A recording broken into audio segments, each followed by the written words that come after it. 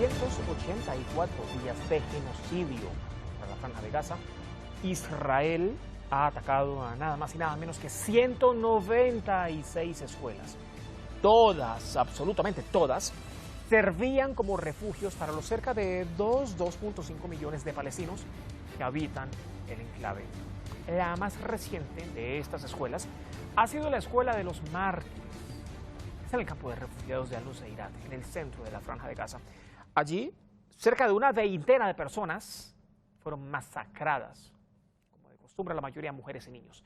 Ahora, las arremetidas han sido condenadas por países de los BRICS. También ha sido allí cuestionada la pasividad con la que actúa la Organización de las Naciones Unidas para detener el exterminio de palestinos. Bienvenidos.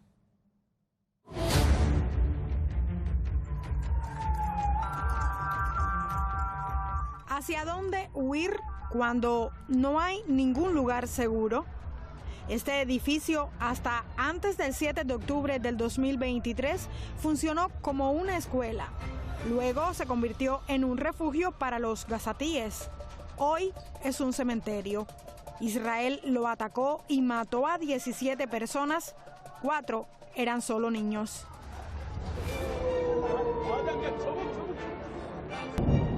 Esta es Beirut, la capital libanesa. Una veintena de ataques israelíes fueron lanzados contra el sur. Acá ya no se avisa a los civiles para que puedan huir. El sionismo ha agudizado los ataques. En contraste, la resistencia de Hezbollah ha atacado posiciones militares sionistas en Haifa, Safed, Nahariyah y Galilea Occidental en los territorios ocupados. Solo hoy, Israel ha reconocido 4 militares muertos. Según la resistencia, 70 han sido dados de baja en 3 semanas de represalias. El gobierno libanés, por su parte, pide tregua y ayudas urgentes frente a la agresión sionista. El genocidio no ha pasado desapercibido en la reunión de los BRICS. Los jefes de Estado han exigido el fin de las hostilidades. La ONU ha sido la principal cuestionada. و نهادها و مجامع بین المللی و در رأس آن شورای امنیت سازمان ملل متحد به عنوان پیشران صلح و امنیت بین المللی فاقد کارایی لازم برای خاموش کردن آتش این بحران هستند و از سوی دیگر حمایت‌های بی‌دریغ دولت‌های غربی و در رأس آن آمریکا از رژیم صهیونیستی دسترسی به صلح و توقف جنگ را دور از دسترس قرار داده است. ¿Dónde está la Corte Internacional de Justicia? ¿O es que fue creada solo para perseguir a los países del sur? ¿Dónde está el sistema de justicia en Naciones Unidas? Solo para sacar documentos, comunicados, y la vida de los niños y niñas de Palestina no valen. La ONU, mientras tanto, responde con advertencias sobre la deplorable situación en la Franja de Gaza y el peligro de que en el Líbano ocurra lo mismo. Posturas tibias que han hecho que los propios relatores de oficinas de derechos humanos cuestionen la existencia del organismo con débil credibilidad, pero que deja al imaginario la fuerte sumisión ante el sionismo.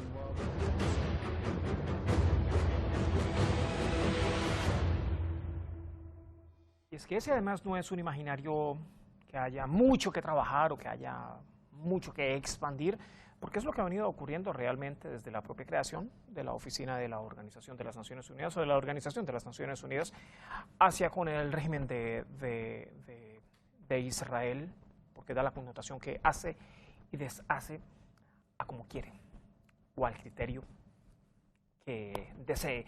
Para el análisis, vamos de inmediato con los especialistas en la materia. Esta noche nos acompañan, qué gusto tenerle ya en pantalla, desde Madrid, en España, Daniel Lobato. Daniel es periodista, es amigo de la casa, es analista político, es escritor, analista internacional, es investigador, articulista y también ha estado en la región de Asia Occidental. Sobre todo ha visitado la Franja de Gaza, conoce muy de cerca el sufrimiento de la población palestina y de la población gazatí. Y qué mejor acompañante para Daniel que esta noche con nosotros desde Santiago, en Chile, Pablo Jofre Leal, también periodista, amigo de la casa, analista político, analista internacional, activista de la causa palestina, investigador también colaborador de diferentes medios internacionales, diferentes medios alrededor del mundo. Señores, ¿cómo están? Buenas tardes, Pablo. Buenas noches. Bueno, ¿ya es de noche en España? Sí, ya es de noche. Allá está oscureciendo. Buenas noches, Daniel. Bienvenidos. Qué gusto. ¿Cuánto tiempo? El honor es mío por estar con Pablo y contigo, Juan Carlos, y con la audiencia, por supuesto, de Hispan TV. Un gran saludo, Juan Carlos, a ti y a Daniel también un gran abrazo. Bueno, gracias, señores. Gracias por acompañarnos para tratar de aportar un poco, ¿no?, al análisis de toda esta situación compleja de por sí y extendida, porque no se le quiere poner fin, Daniel. El genocidio está desgastando a Israel, ¿no? Hay soldados que bien han dejado las filas, que han sido dados de baja también por los ataques de represalia de la resistencia. En 3 semanas, según la resistencia de Hezbollah, han sido dados de baja cerca de 70 soldados del sionismo. Pero todo esto también ha conllevado a que ya se hayan enviado tropas internacionales a territorios ocupados. Estamos hablando ya sobre el terreno de una escalada internacional, porque ya estaban implicados otros países con el envío de armas. Pero entonces, ¿cómo cambia ahora la situación con la presencia de soldados extranjeros en territorios ocupados, apoyando a Israel? Y más allá del envío de armas, hay que tener en cuenta, y esto no lo sabe mucho la audiencia, que además de la provisión infinita de hasta 100 kilotones en bombas por parte de Estados Unidos al régimen israelí, por tanto es de facto quien está cometiendo el genocidio, Estados Unidos, junto con el apoyo de toda Europa, a través también de suministros. Está también la cuestión logística. Fíjate que los días que asesinaron a Hassan Nasrallah y a otros altos líderes, recientemente también al jefe del Consejo Ejecutivo de Hezbollah, los aviones AWACS estadounidenses sobrevolaban la costa mediterránea de norte a sur, en un eje norte-sur, desde el Líbano hasta el sur de Gaza, y así llevan monitorizando fijando objetivos, monitorizando toda esa franja de tierra que incluye Gaza y hasta el norte, hasta Líbano, para ir posicionando los objetivos al régimen israelí, dado que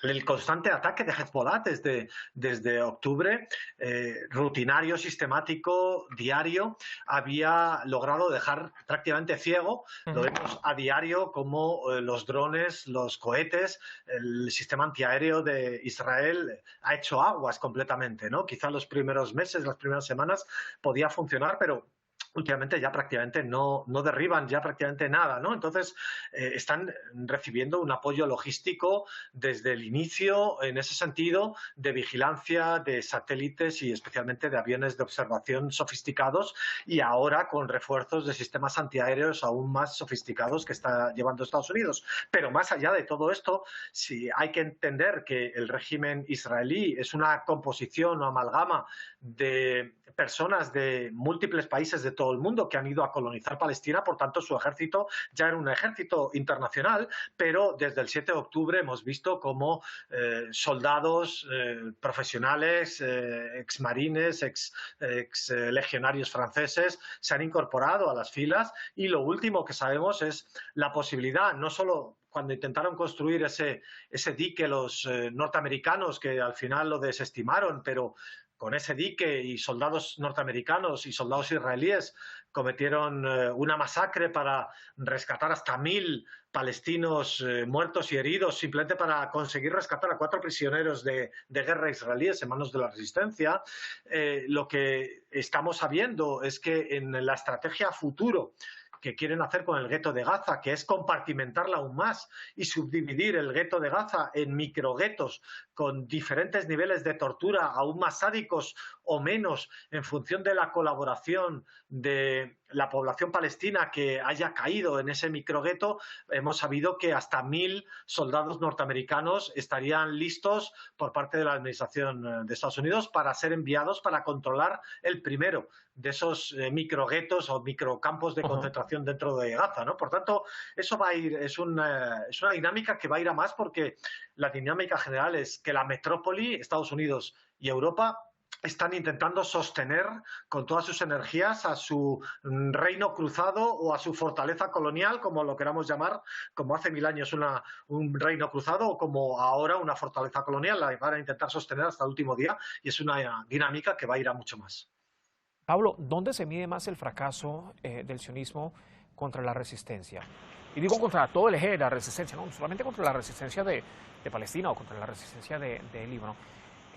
Medirse más, digamos, en las propias tropas israelíes o incluso en los propios aliados del régimen de Israel, digo, aliados internacionales, no aliados occidentales, ¿dónde medirlo más? Bueno, previo a contestarte eso, permíteme complementar solo un punto respecto a la pregunta de Daniel, ¿no?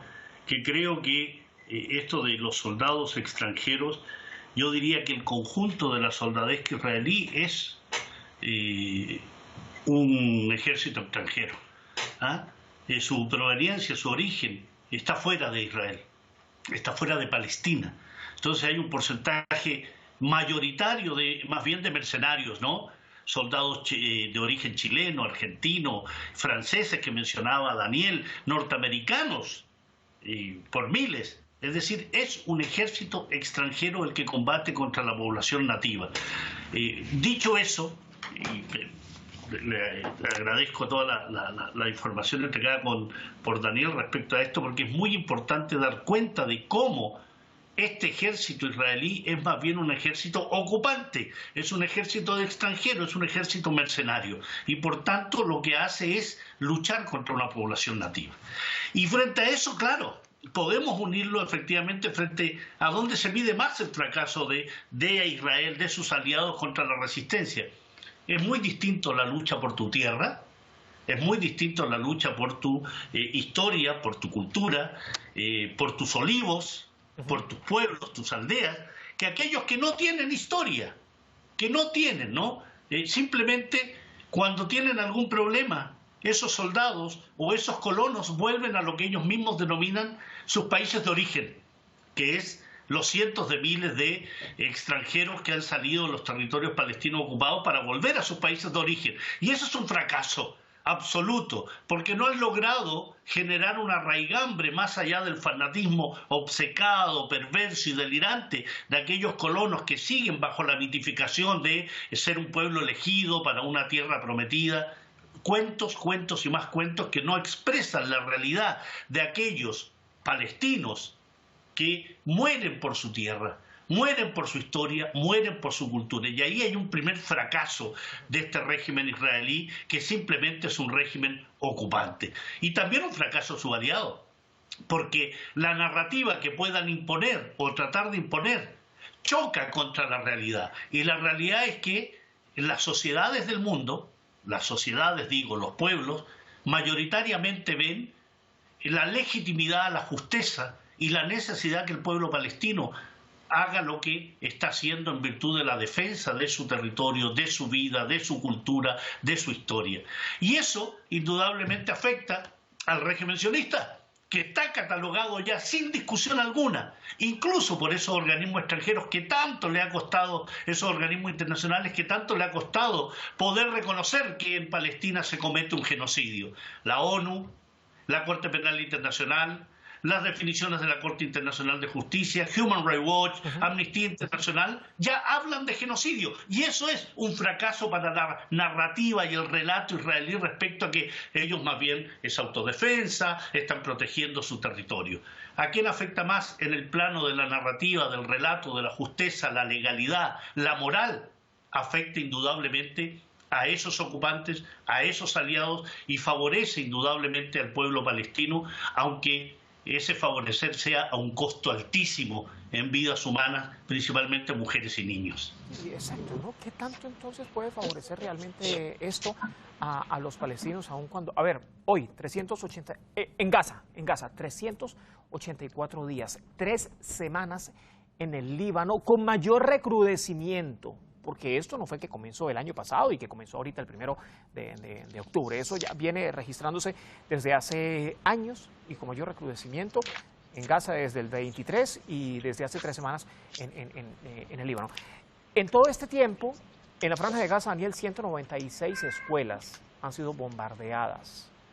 Eso hizo que en la reunión de los BRICS, por ejemplo, en Kazán, se criticara con mucha contundencia la pasividad de la Organización de las Naciones Unidas. Ahí al frente del propio Antonio Guterres le dijera, a ver, usted, ¿qué está pasando? Que no están haciendo absolutamente nada, cuando ya diferentes relatores sobre el terreno decían, esta inactividad de la ONU y también de la denominada comunidad internacional es una vergüenza global que está haciendo que las Naciones Unidas se esté desmoronando. Entonces, ¿qué representa esto, no, realmente para la organización de las Naciones Unidas cuando ya de por sí tiene una imagen sumamente decadente ante el mundo y que ahora venga esta acusación de los BRICS, que es un mecanismo emergente? Bueno, es algo que ya hemos repasado aquí en algunos programas anteriormente, como en este caso la máxima dirigencia de la ONU, Antonio Guterres, no está haciendo más que un lavado del genocidio israelí, ¿no? Es muy fácil comprobar por nuestra audiencia, si uno va a la cuenta de Twitter, de X, de Antonio Guterres, verá que desde el 26 de enero que la Corte Internacional de Justicia, recordemos, la Corte Internacional de Justicia es el máximo órgano jurídico del planeta asociado a la ONU. Por tanto, es el órgano, digamos, jurídico que nos atañe a todos los países que conforman la ONU y a todas las poblaciones que lo formamos, ¿no? Y si leemos su cuenta de Twitter, en ningún momento, desde el 26 de enero que la Corte Internacional de Justicia emitió las 6 medidas cautelares de obligado cumplimiento, que en definitiva no era un alto el fuego, pero imponía un alto el fuego de facto, de no arrasar hospitales, no arrasar escuelas, permitir el acceso de las suficientes víveres, provisiones, medicamentos, etcétera, no arrasar las instalaciones civiles, canalización de agua, etcétera. Bueno, pues Antonio Guterres no ha exigido, ni siquiera las ha recordado, no ha tenido ni un minuto para recordar que hay 6 medidas cautelares, ya no recordarlas, sino al menos exigirlas, como por supuesto durante todo su mandato nunca tuvo un minuto para recordar la multitud de resoluciones de la ONU, ni siquiera antes de esta situación, hace 2 años, hace 5 años, hace 7 años. Hay que recordar que 2 semanas antes del 7 de octubre del 23, Antonio Guterres le decía a los palestinos que ya vivían en ocupación y genocidio y limpieza étnica tanto en Cisjordania como en Gaza, también dentro del régimen israelí, pero especialmente en esos 2 territorios. Antonio Guterres le decía a los palestinos que tenían que aprender de Gandhi. Por tanto, les estaba negando. Además, declaraba que era violencia el legítimo ejercicio a la resistencia declarado en la resolución 3070, por ejemplo, o en la Carta de Naciones Unidas, ¿no? Por tanto, Antonio Guterres está haciendo una labor infame de lavado del genocidio israelí. Y a partir de ahí, lo que hemos dicho ya durante estos 12 meses es que este genocidio, así como muchos otros, la invasión de Irak, la de Afganistán, anteriormente también la de Yugoslavia por la OTAN, en los años 90, sin ningún mandato de la ONU, lo que entonces era agrietar un sistema mundo, lo que está haciendo este genocidio de Estados Unidos, de Europa, a través de su sicario israelí en Gaza, es desmoronar completamente, derribar completamente la arquitectura internacional de la que nos habíamos dotado. Porque tal como decía Nicolás Maduro hoy en la cumbre de los BRICS, ¿esto qué es? Estos tribunales, esta arquitectura internacional, ¿qué es? ¿Para juzgar a los pobres países del sur global, de África, de América Latina, de Asia? ¿O es para proteger a los países todopoderosos blancos del occidente blanco? ¿Esto cómo es, no? Entonces se va a desmoronar de la misma forma que se desmoronó la Sociedad de Naciones hace 90 años con la Segunda Guerra Mundial, con la guerra en España, también por el golpe fascista del general Franco, etcétera. Se desmoronó. Bueno, este es el nuevo fascismo en los años 20 del siglo XXI, no en los años 20 del siglo XX, pues este es el nuevo fascismo en este siglo XXI, que ante la inacción se desmorona. Cosas que serán muy aprovechables en el futuro, como la Declaración Universal de Derechos Humanos, etcétera, pero muchas otras cosas habrá que dejarlas derruidas y reconstruirlas y recomponerlas de nuevo. Hay que tener en cuenta los derechos para unos cuantos, ¿no?, que se creen merecedores por encima de los demás del cumplimiento de los derechos humanos, o cumplimiento entre comillas.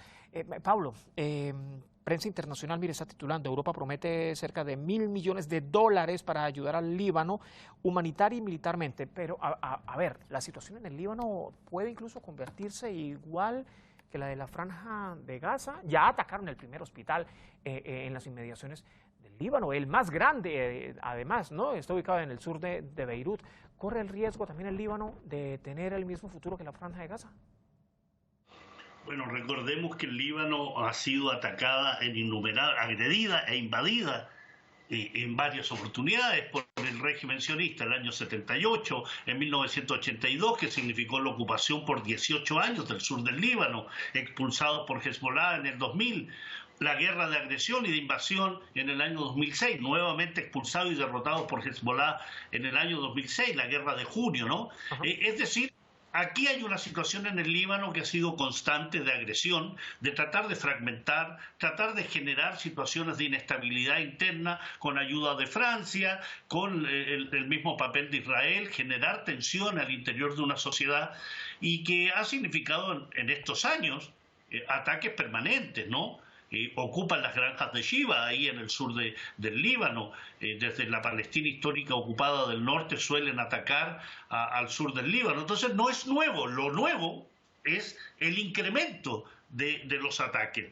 Un incremento que tiene ya 3.000 asesinados, que tiene miles de heridos, que está destruyendo mediante las doctrinas militares que sustentan a este régimen criminal de destruir todo. Han destruido el edificio del canal hermano amigo Al-Mayadin, han destruido edificios donde hay compañeros y compañeras, colegas, periodistas, han destruido bancos en función de acusaciones respecto a que esas casas financieras son manejadas por Hezbollah. Es decir, hay un ataque permanente. Recordemos el asesinato de líderes políticos y militares palestinos en territorio libanés. Así que en ese plano, el que prometan ayuda estos europeos, estos gobiernos europeos, $1.000 millones están prometiendo, ¿no?, para ayudar al Líbano. ¿En qué lo van a ayudar? Humanitaria y militarmente. Dejen de exportarle armas a Israel. Eso sería un elemento decidor. Dejen de entregarle armas, principalmente a Alemania. Alemania. Francia, 100 millones de dólares en armas en los últimos 3 meses. Nada más y nada menos.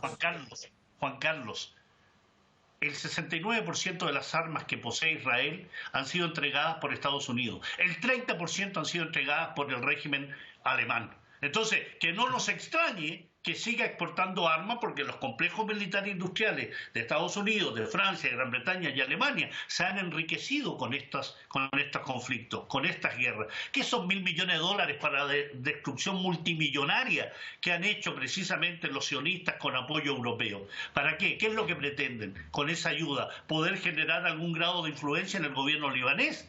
Tratar de generar una situación que diga deslíguense del movimiento de resistencia islámica del Líbano y nosotros los podemos ayudar más y podemos generar que acabe esta agresión. No se puede confiar en los gobiernos europeos. Condicionamiento para dependencia futura, tal vez, ¿no?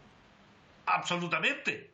Recordemos, siempre hay que tener presente esto: la zona es rica en petróleo y en gas, es zona de tránsito marítimo a través del estrecho de Hormuz, por el Golfo Pérsico, por el estrecho Bab el-Mandeb hacia el Mar Rojo, el Canal de Suez y el Mediterráneo. Es zona rica en productos energéticos, pero es también paso de oleoductos y gasoductos y proyectos muy importantes desde el punto de vista de la nueva ruta de la seda y el intercambio a través del vínculo que podemos hacer con la reunión de los BRICS, ¿no? Cómo la política multilateral tiene una confrontación con esta política hegemónica occidental que tiene Israel como testaferro y punta de lanza de esos intereses. Israel es el cervatillo, claro, un cervatillo de mucha importancia, porque el sionismo no es solo Israel, es también la clase política, la casta política norteamericana, la casta política francesa, británica, alemana. Entonces hay ahí una relación estrecha. Pero con respecto al dinero ofrecido, la verdad que ocúpenlo en otra cosa, porque eso no cambia en absoluto la visión que tenemos de la complicidad en los crímenes de guerra y lesa humanidad, en el genocidio que lleva a cabo Israel con ayuda de muchísimos gobiernos europeos. Un accionar que pareciera que estuviese muy bien pensado desde los propios cómplices del sionismo que comete Israel en la Franja de Gaza y que ahora está extendiendo hasta territorio libanés.